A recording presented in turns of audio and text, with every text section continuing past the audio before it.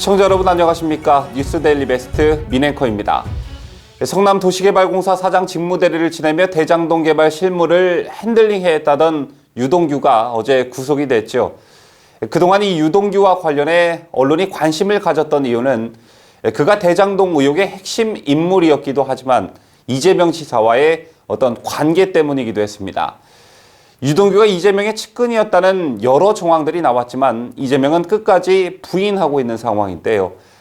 알려진 바와 같이 유동규는 2008년 성남시의 한 아파트 리모델링 추진위원회 조합장으로 일하며 당시 성남에서 변호사로 활동하던 이재명 경기지사와 친분을 쌓기 시작했다고 하죠. 이 같은 인연을 계기로 이재명이 2010년 성남시장 선거를 도왔고 그 뒤 인수위원회의 도시건설분과 간사로 참여한 데 이어 성남도시개발공사의 전신인 성남시설관리공단 기획본부장 자리에 오르게 됩니다. 그리고 이재명이 성남시장 재선에 성공한 뒤에도 성남도시개발공사 기획본부장에 오르게 되는데요. 초대 사장이었던 황무성 사장이 물러나자 유 전 본부장은 2015년 대장동 개발 사업자 선정 때 사장 직무대리로 실권을 휘둘렀습니다. 얼마나 기세가 등등했는지 초대 사장이었던 황무성 전 사장은 인사를 하려고 해도 유동규가 다 했다 이렇게 말했다고 하죠. 이재명과 유동규, 유동규와 이재명 이 둘의 관계는 이재명이 경기도지사에 당선된 이후에도 지속이 됐는데요. 이 지사가 경기지사에 당선된 뒤엔 경기관광공사 사장 자리에까지 오르게 됩니다.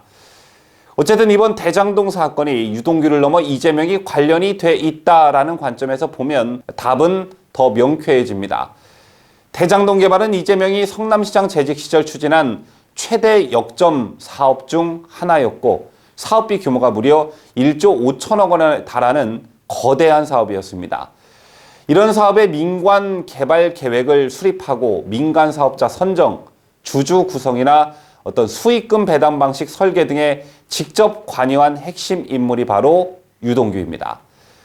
그렇다면 이재명 지사로선 가장 믿을 만한 사람을 실무 책임자에 앉혔을 것이라는 건 너무도 상식적이고 당연한 얘기겠죠. 또 막대한 배당금들을 특정인이 나눠 갖는 과정에서 인허가권을 가지고 있는 성남시장 이재명에게도 어떤 사례를 하지 않았을까? 이게 합리적인 의심일 겁니다. 하지만 이재명은 유동규는 그냥 선거 때 도와준 사람에 불과하다며 꼬리 자르기를 하고 있는데요. 이런 가운데 유동규에 대한 이재명의 책임이 다른 방향으로도 확대될 것 같습니다. 앞서 잠깐 유동규와 이재명의 관계에 대해 간략히 설명을 해드렸습니다만 유동규는 일반인이었던 시절인 2008년 성남시의 한 아파트 리모델링 추진위원장이었던 것으로 많이 알려져 있습니다. 이런 이력은 자연스레 건축 관련 일을 했을 것이다 라고 생각하게 만드는데요. 실제 2010년 10월 성남시설관리공단 기획본부장에 임명된 직후에 유동규는 성남시의회에서 한 시의원의 질의에 A사에서의 경력을 두고 건축 관련 업무를 했다는 취지의 발언을 한 적이 있습니다. 당시 회의록에 따르면 박완정 성남시 의원이 유동규 전 시장에게 A사에서 관련 일을 한 건지 물어보자 기획 관련 일을 주로 했다. 건축이라든지 이런 부분에 대해서도 제가 탐구하는 부분이 있었고 의지가 맞아서 일을 하게 됐다.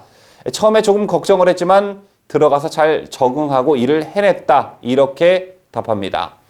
또 박종철 성남시 의원이 A건축사무소 건축 분야에서 몇 년 정도 일했냐 이렇게 묻자 유 전 사장은 만 3년 정도 된다. 이렇게 답한 것으로 기록되어 있습니다.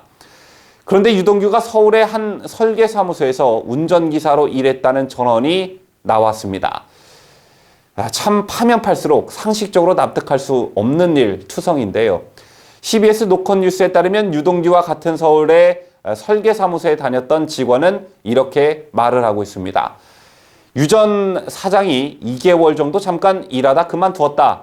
A 설계사무소 대표가 사정상 차 운전을 못하게 돼 두어 달간 채용한 것 같다라고 말했습니다. 이 밖에 내부 사정이 밝은 한 관계자도 회사 사람에게 유동규를 아냐고 물었더니 잘한다. 우리 운전기사로 잠깐 일했다. 이렇게 답했다고 말했고요.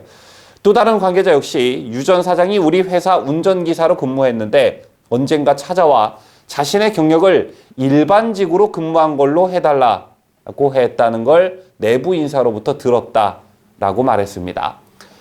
이 같은 사실을 보도한 노컷뉴스도 해당 보도 내용이 미칠 파장을 좀 감안했는지 3명의 복수 증언을 기사에 인용했는데요.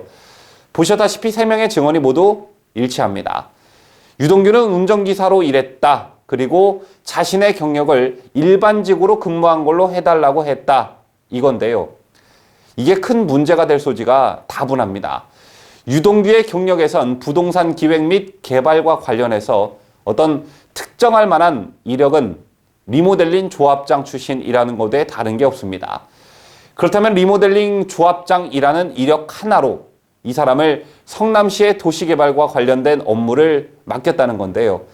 그런데 이마저도 사실이 아니었다면, 즉 건축, 건설, 도시개발과 아무런 직무 관련성이 없는 설계사무소에서 운전기사를 한 게 전부였다면 임명권자인 이재명 당시 성남시장에게도 책임이 있다고 볼 수밖에 없습니다.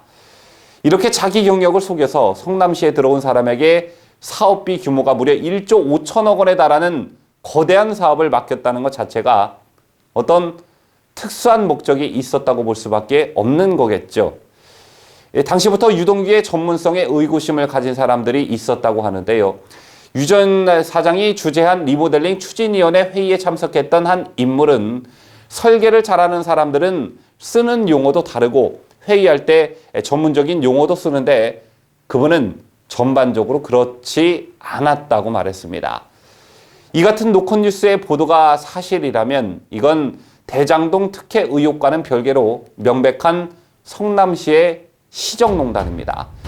운전기사 경력의 사람을 당시 성남시 최대 역점 사업의 책임 자격으로 투입했다는 것 자체가 시정을 농단한 것이죠. 누구는 표창장을 허위로 조작해 의대에 입학하고 누구는 운전기사 경력을 속여 관직에 들어가고 이게 좌파들이 꿈꾸는 세상인지 묻고 싶습니다.